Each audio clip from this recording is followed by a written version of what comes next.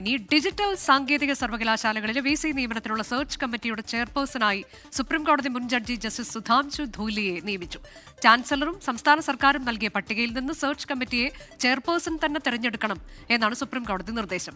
VC നിയമനം 2 മാസത്തിനകം പൂർത്തിയാക്കണമെന്നും സുപ്രീംകോടതി നിർദ്ദേശം നൽകി. ഡിജിറ്റൽ സാങ്കേതിക സർവകലാശാല VC നിയമനത്തിലെ സർക്കാർ ചാൻസലർ തർക്കത്തിന് പരിഹാരം. VC നിയമനത്തിനായുള്ള സെർച്ച് കമ്മിറ്റി രൂപീകരിക്കാൻ വിരമിച്ച ജസ്റ്റിസ് സുധാംശു ധൂലിയെ ചെയർപേഴ്സണായി നിയമിച്ചാണ് സുപ്രീം കോടതിയുടെ നിർണായക ഇടപെടൽ.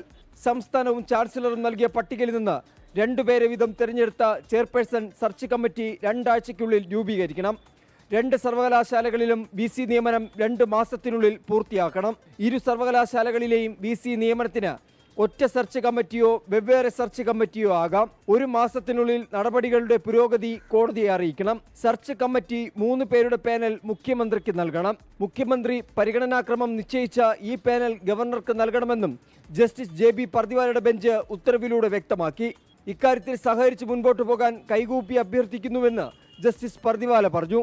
ചെയർപേഴ്സൺ സ്ഥാനത്തേക്ക് വിരമിച്ച ജഡ്ജി വേണമെന്ന സംസ്ഥാനത്തിന്റെ ആവശ്യം അംഗീകരിച്ചാണ് കോടതിയുടെ ഉത്തരവ്. അച്യുതൻ, 24 ഡൽഹി.